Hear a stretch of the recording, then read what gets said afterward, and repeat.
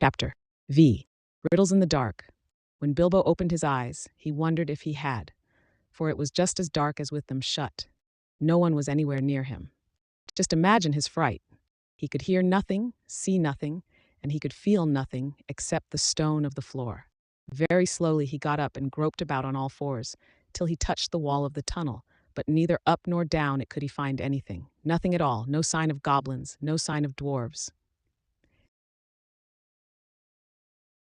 His head was swimming, and he was far from certain, even of the direction they had been going in, when he had his fall.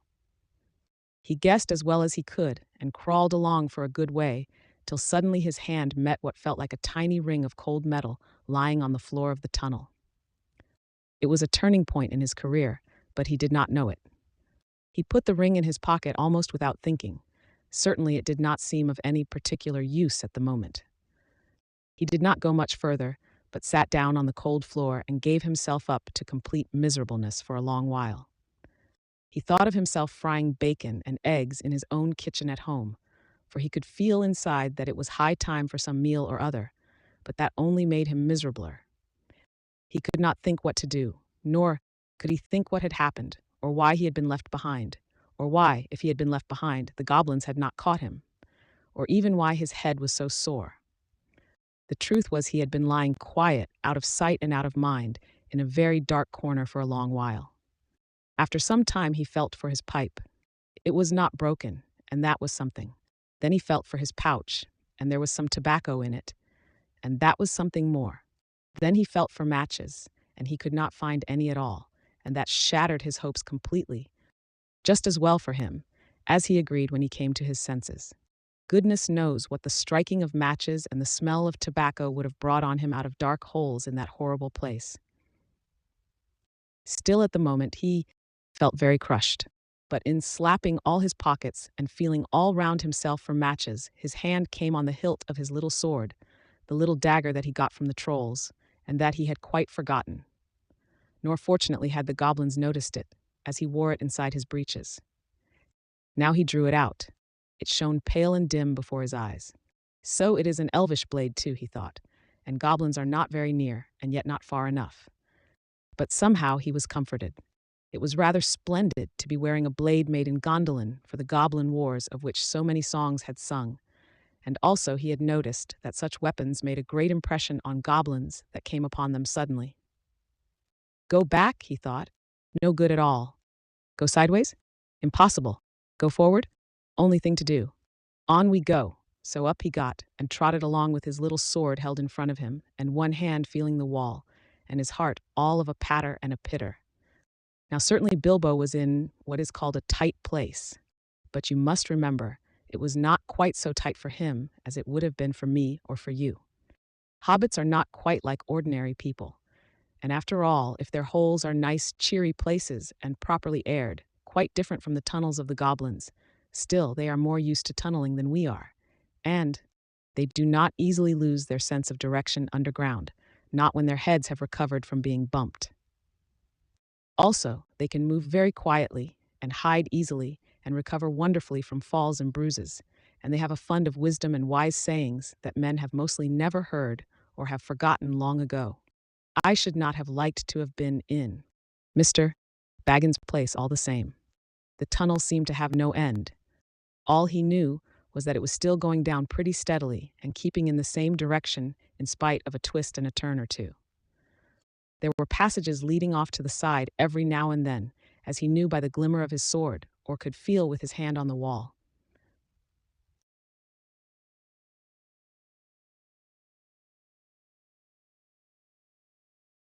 Of these he took no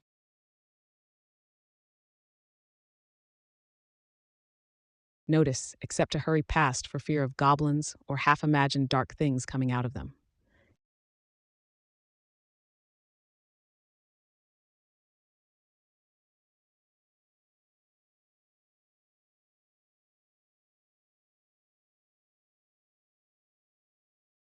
On and on he went, and down.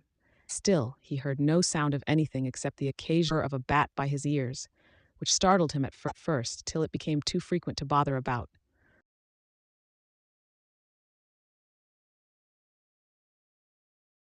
I do not know how long he kept on like this, hating to go on, not daring to stop, on, until he was tireder than tired. It seemed like all the way to tomorrow, and over it to the days beyond.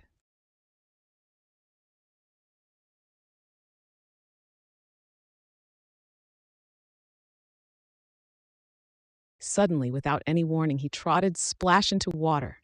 Ugh! It was icy cold. That pulled him up sharp and short. He did not know whether it was just a pool in the path, or the edge of an underground stream that crossed the passage, or the brink of a deep, dark, subterranean lake. The sword was hardly shining at all. He stopped, and he could hear, when he listened hard, drops dripping from an unseen roof into the water below, but there seemed no other sort of sound. So it is a pool or a lake, and not an underground river, he thought. Still, he did not dare to wade out into the darkness. He could not swim, and he thought too of nasty slimy things with big bulging blind eyes wriggling in the water. There are strange things living in the pools and lakes in the hearts of mountains, fish whose fathers swam in, goodness only knows how many years ago, and never swam out again, while their eyes grew bigger and bigger and bigger from trying to see in the blackness. Also, there are other things more slimy than fish. Even in the tunnels and caves the goblins have made for themselves, there are other things living unbeknown to them that have sneaked in from outside to lie up in the dark. Some of these caves, too, go back in their beginnings to ages before the goblins, who only widened them and joined them up with passages, and the original owners are still there in odd corners, slinking and nosing about. Deep down here by the dark water lived old Gollum, a small slimy creature. I don't know where he came from, nor who or what he was. He was Gollum, as dark as darkness, except for two big round pale eyes in his thin face. He had a little boat, and he rowed about quite quietly on the lake, for lake it was, wide and deep, and deadly cold. He paddled it with large feet dangling over the side, but never a ripple did he make. Not he. He was looking out of his pale, lamp-like eyes for blind fish, which he grabbed with his long fingers as quick as thinking. He liked meat too. Goblin he thought good, when he could get it, but he took care they never found him out. He just throttled them from behind, if they ever came down alone anywhere near the edge of the water while he was prowling about. They very seldom did, for they had a feeling that something unpleasant was lurking down there, down at the very roots of the mountain. They had come on the lake when they were tunneling down long ago, and they found they could go no further. So there their road ended in that direction, and there was no reason to go that way unless Great Goblin sent them. Sometimes he took a fancy for fish from the lake, and sometimes neither goblin nor fish came back. Actually, Gollum lived on a slimy island of rock in the middle of the lake. He was watching Bilbo now from the distance with his pale eyes like telescopes. Bilbo could not see him, but he was wondering a lot about Bilbo, for he could see that he was no goblin at all. Gollum got into his boat and shot off from the island, while Bilbo was sitting on the brink altogether flummoxed and at the end of his way and his wits. Suddenly up came Gollum and whispered and hissed, "Bless us and splash us, my precious! I guess it's a choice feast, at least a tasty morsel it'd make us, Gollum." And when he said Gollum, he made a horrible swallowing noise in his throat. That is how he got his name, though he always called himself my precious. The hobbit jumped nearly out of his skin when the hiss came in his ears, and he suddenly saw the pale eyes sticking out at him. "Who are you?" he said, thrusting his dagger in front of him. "What is he, my precious?" whispered Gollum, who always spoke to himself through never having anyone else to speak to. This is what he had come to find out, for he was not really very hungry at the moment, only curious. Otherwise, he would have grabbed first and whispered afterwards, "I, Bilbo Baggins."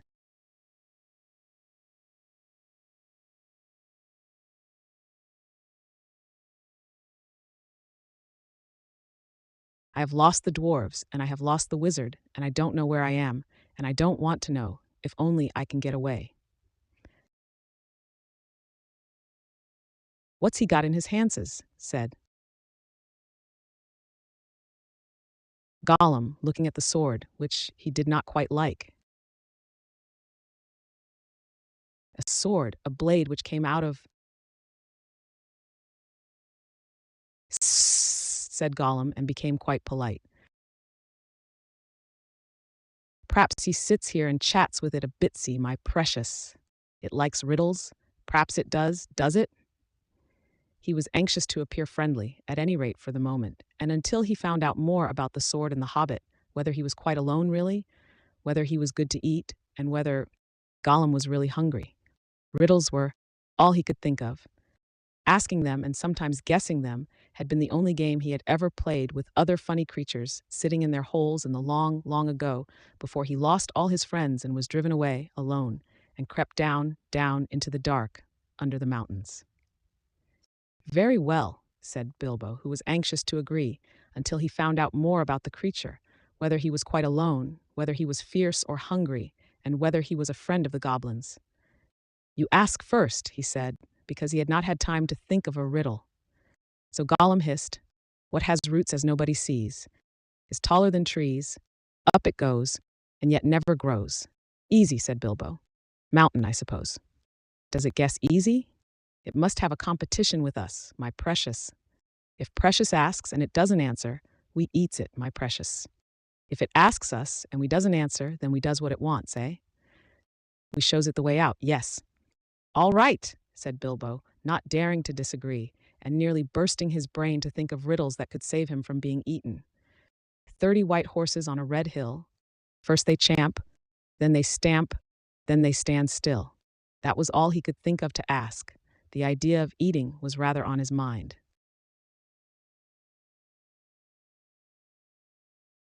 It was rather an old one, too, and Gollum knew the answer as well as you do. Chestnuts, chestnuts, he hissed. Teeth, teeth. My precious, but we has only 6. Then he asked his second. Voiceless it cries, wingless flutters, toothless bites, mouthless mutters. Half a moment, cried Bilbo, who was still thinking uncomfortably about eating. Fortunately, he had once heard something rather like this before, and getting his wits back, he thought of the answer. Wind, wind, of course, he said, and he was so pleased that he made up one on the spot. This'll puzzle the nasty little underground creature, he thought. An eye in a blue face, saw an eye in a green face. That eye is like to this eye. Said the first eye, but in low place, not in high place. Said Gollum. He had been underground a long, long time, and was forgetting this sort of thing.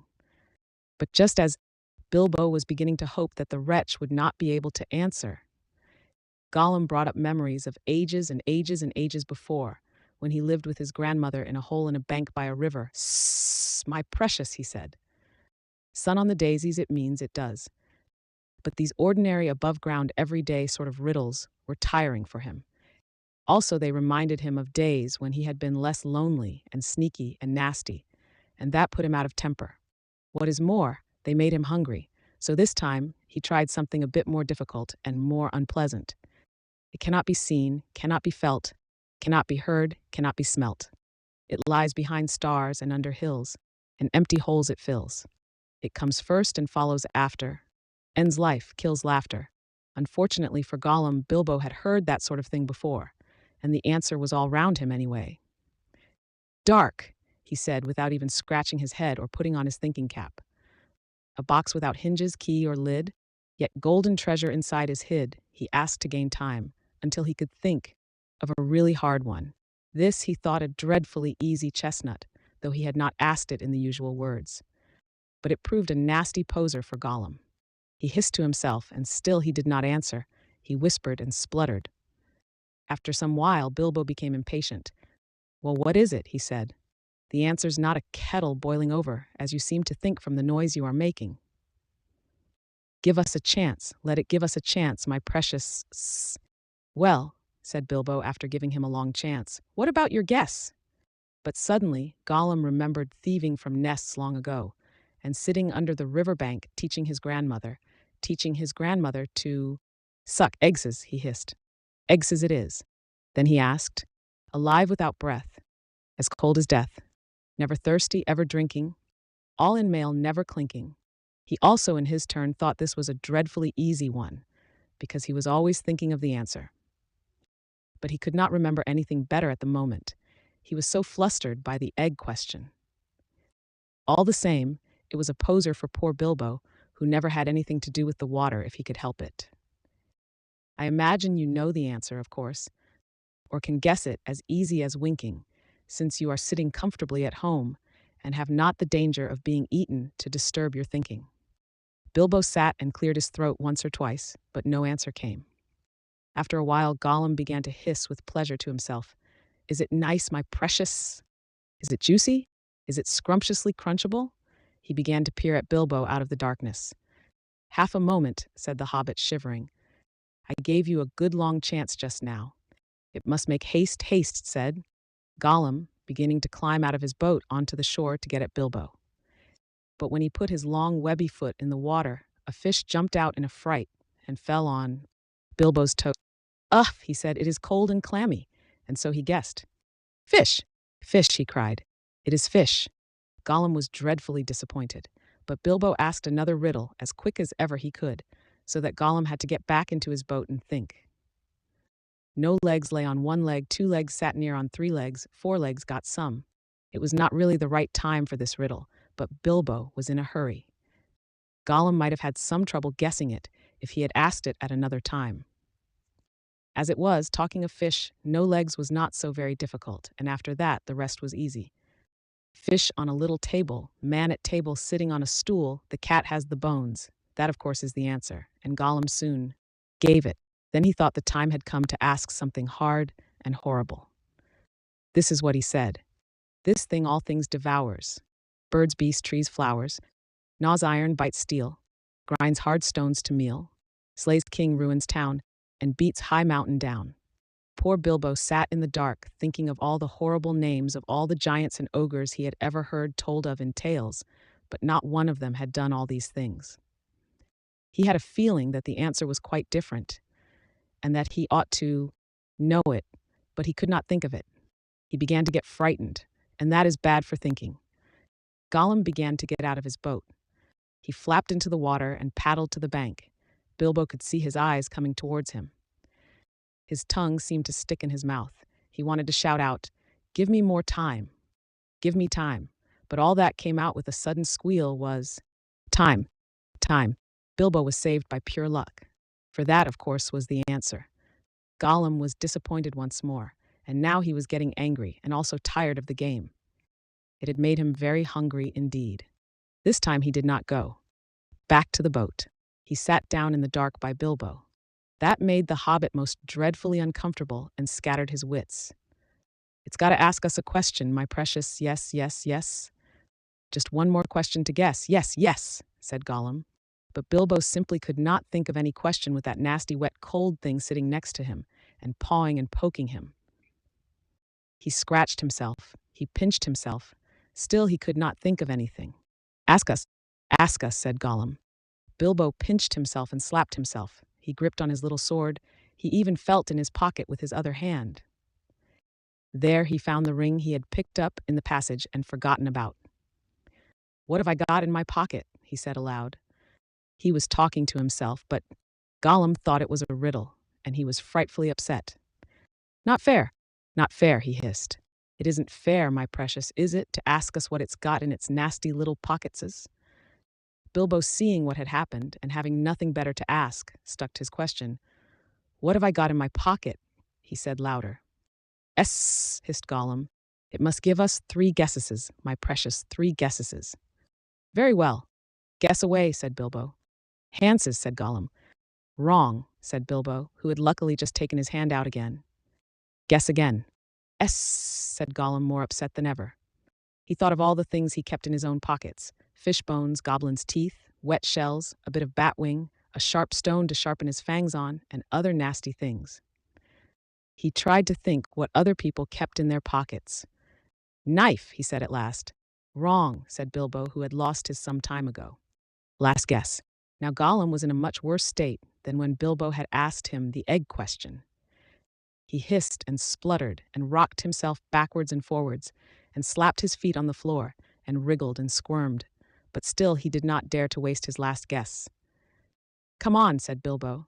"I am waiting." He tried to sound bold and cheerful, but he did not feel at all sure how the game was going to end, whether Gollum guessed right or not. "Time's up," he said. "String or nothing," shrieked Gollum, which was not quite fair, working in two guesses at once.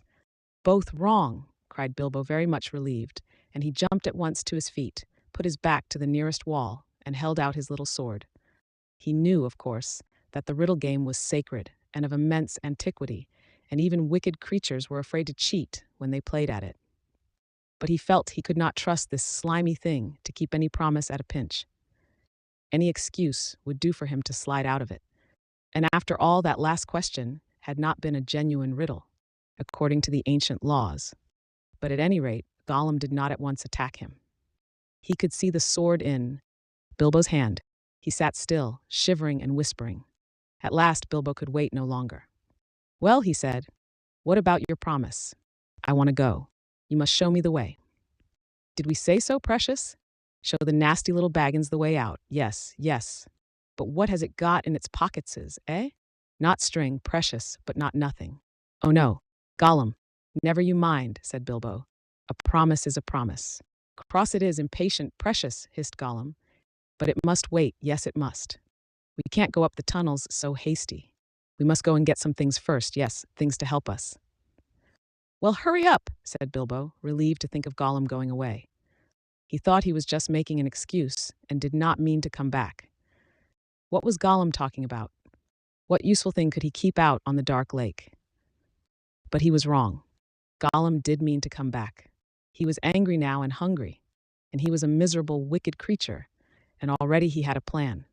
Not far away was his island, of which Bilbo knew nothing, and there in his hiding place he kept a few wretched oddments and one very beautiful thing. Very beautiful, very wonderful. He had a ring, a golden ring, a precious ring. "My birthday present," he whispered to himself, as he had often done in the endless dark days. "That's what we wants now, yes, we wants it." He wanted it because it was a ring of power, and if you slipped that ring on your finger, you were invisible. Only in the full sunlight could you be seen, and then only by your shadow, and that would be shaky and faint. "My birthday present. It came to me on my birthday, my precious," so he had always said to himself. But who knows how Gollum came by that present ages ago in the old days when such rings were still at large in the world. Perhaps even the master who ruled them could not have said. Gollum used to wear it at first, till it tired him, and then he kept it in a pouch next his skin, till it galled him, and now, usually he hid it in a hole in the rock on his island, and was always going back to look at it. And still sometimes he put it on, when he could not bear to be parted from it any longer, or when he was very, very hungry and tired of fish. Then he would creep along dark passages looking for stray goblins. He might even venture into places where the torches were lit and made his eyes blink and smart, for he would be safe. Oh yes, quite safe. No one would see him, no one would notice him, till he had his fingers on their throat. Only a few hours ago he had worn it and caught a small goblin imp. How it squeaked! He still had a bone or two left to gnaw, but he wanted something softer. "Quite safe, yes," he whispered to himself. "It won't see us, will it, my precious? No, it won't see us, and its nasty little sword will be useless. Yes, quite." That is what was in his wicked little mind, as he slipped suddenly from Bilbo's side and flapped back to his boat and went off into the dark. Bilbo thought he had heard the last of him. Still he waited a while, for he had no idea how to find his way out alone. Suddenly he heard a screech. It sent a shiver down his back. Gollum was cursing and wailing away in the gloom, not very far off by the sound of it. He was on his island, scrabbling here and there, searching and seeking in vain. "Where is it? Where is it?" Bilbo heard him crying. "Lost it is, my precious, lost, lost.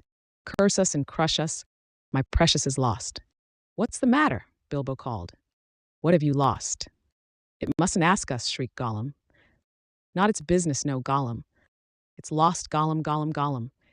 "Well, so am I," cried Bilbo, "and I want to get unlost. And I won the game, and you promised."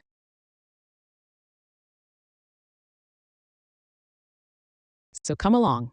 Come and let me out, and then go on with your looking." Utterly miserable as Gollum sounded, Bilbo could not find much pity in his heart, and he had a feeling that anything Gollum wanted so much could hardly be something good. "Come along," he shouted. No, not yet, precious, Gollum answered. We must search for it. It's lost, Gollum. But you never guessed my last question, and you promised, said Bilbo. Never guessed, said Gollum. Then suddenly out of the gloom came a sharp hiss. What has it got in its pocketses? Tell us that. It must tell first. As far as Bilbo knew, there was no particular reason why he should not tell. Gollum's mind had jumped to a guess quicker than his. Naturally, for Gollum had brooded for ages on this one thing, and he was always afraid of its being stolen. But Bilbo was annoyed at the delay.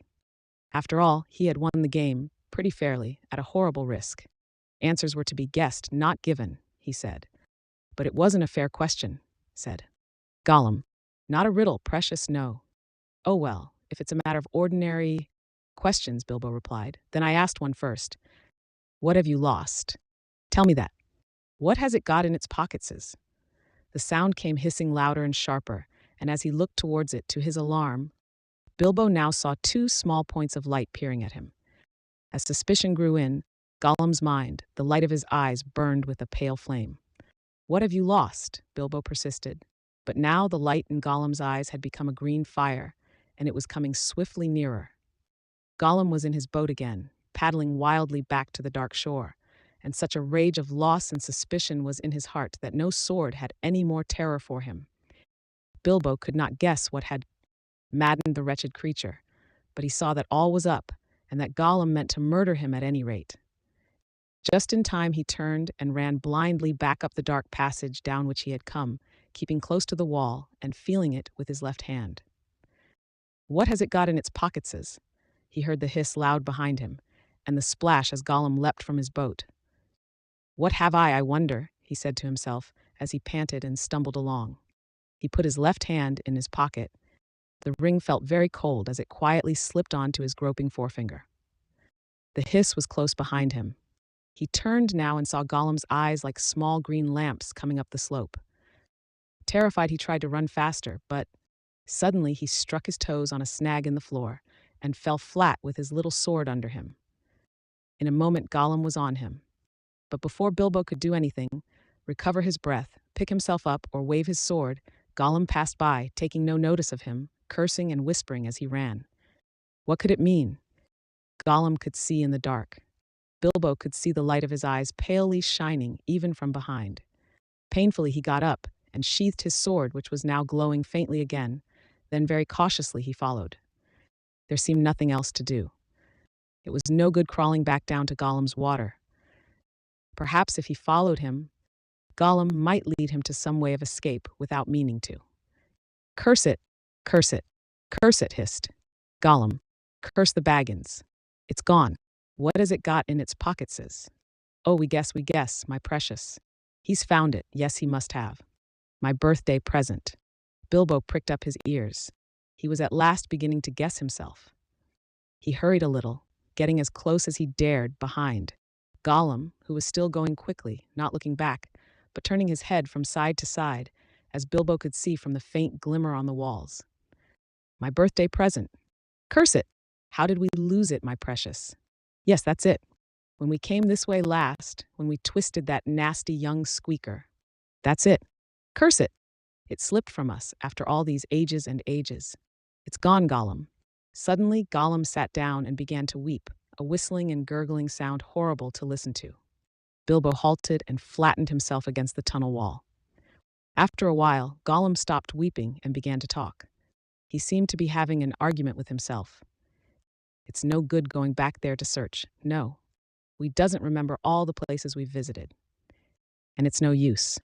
The Baggins has got it in its pocketses. The nasty noser has found it, we says.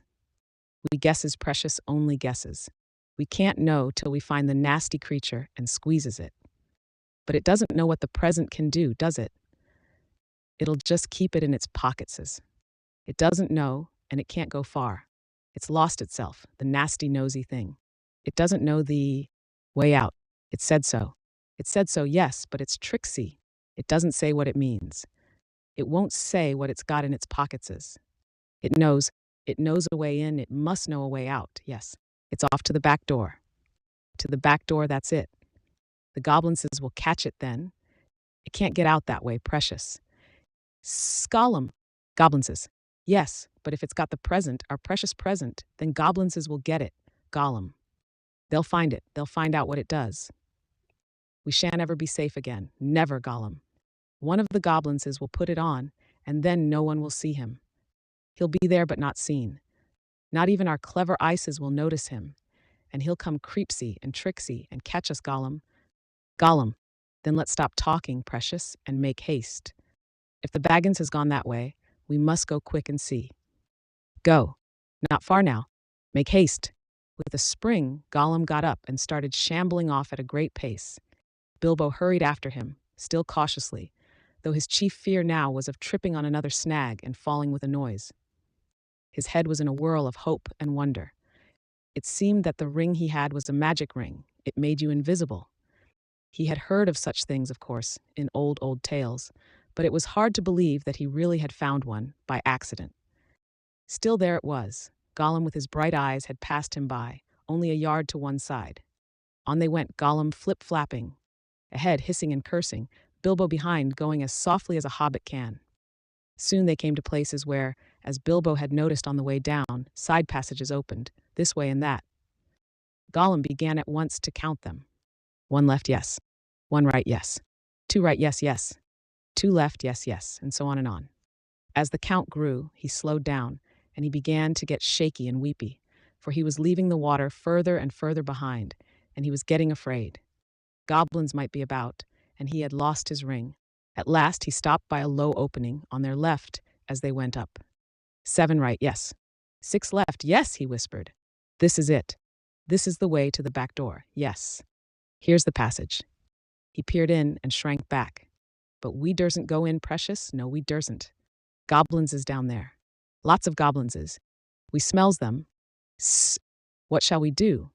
Curse them and crush them. We must wait here, precious, wait a bit and see. So they came to a dead stop. Gollum had brought Bilbo to the way out after all, but Bilbo could not get in. There was Gollum sitting humped up right in the opening, and his eyes gleamed cold in his head as he swayed it from side to side between his knees. Bilbo crept away from the wall more quietly than a mouse, but Gollum stiffened at once and sniffed, and his eyes went green. He hissed softly but menacingly. He could not see the hobbit, but now he was on the alert, and he had other senses that the darkness had sharpened, hearing and smell. He seemed to be crouched right down with his flat hands splayed on the floor, and his head thrust out, nose almost to the stone, though he was only a black shadow in the gleam of his own eyes. Bilbo could see or feel that he was tense as a bowstring gathered for a spring. Bilbo almost stopped breathing and went stiff himself. He was desperate.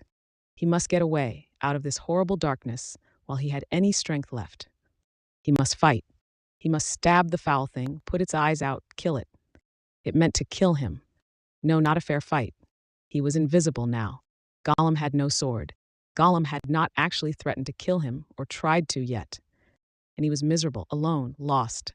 A sudden understanding, a pity mixed with horror, welled up in Bilbo's heart, a glimpse of endless unmarked days without light or hope of betterment, hard stone, cold fish sneaking and whispering.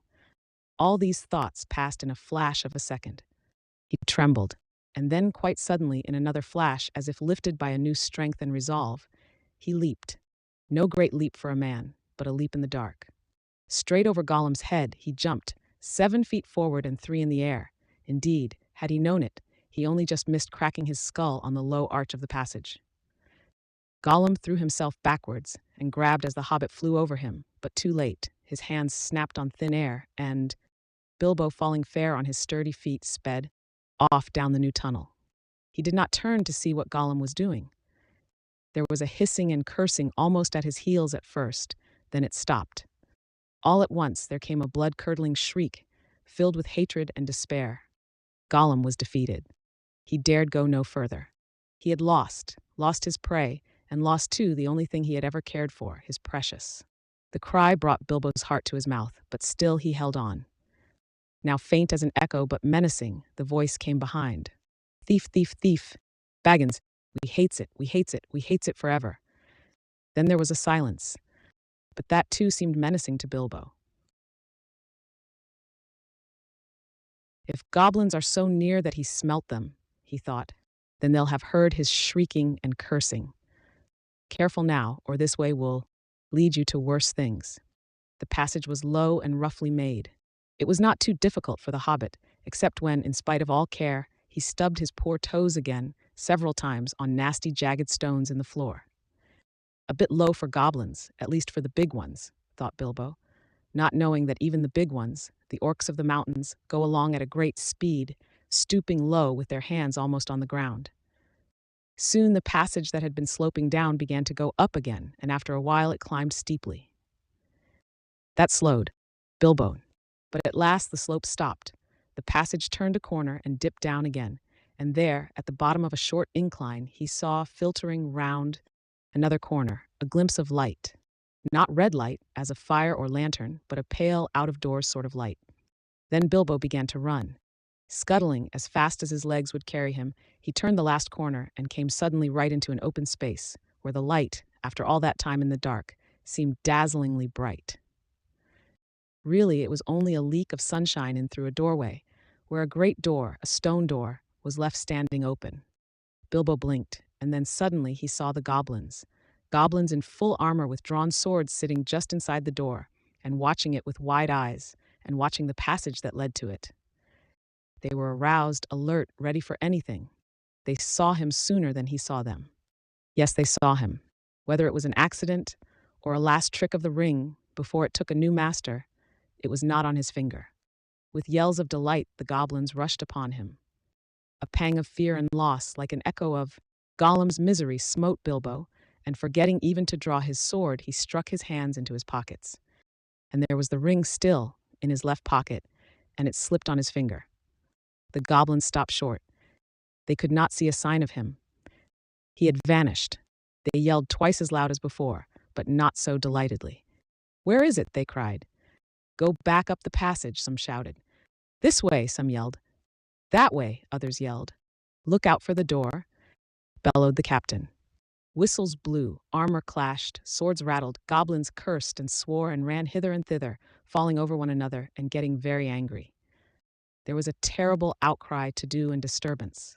Bilbo was dreadfully frightened, but he had the sense to understand what had happened and to sneak behind a big barrel which held drink for the goblin guards, and so get out of the way and avoid being bumped into, trampled to death, or caught by feel. "I must get to the door, I must get to the door," he kept on saying to himself, but it was a long time before he ventured to try.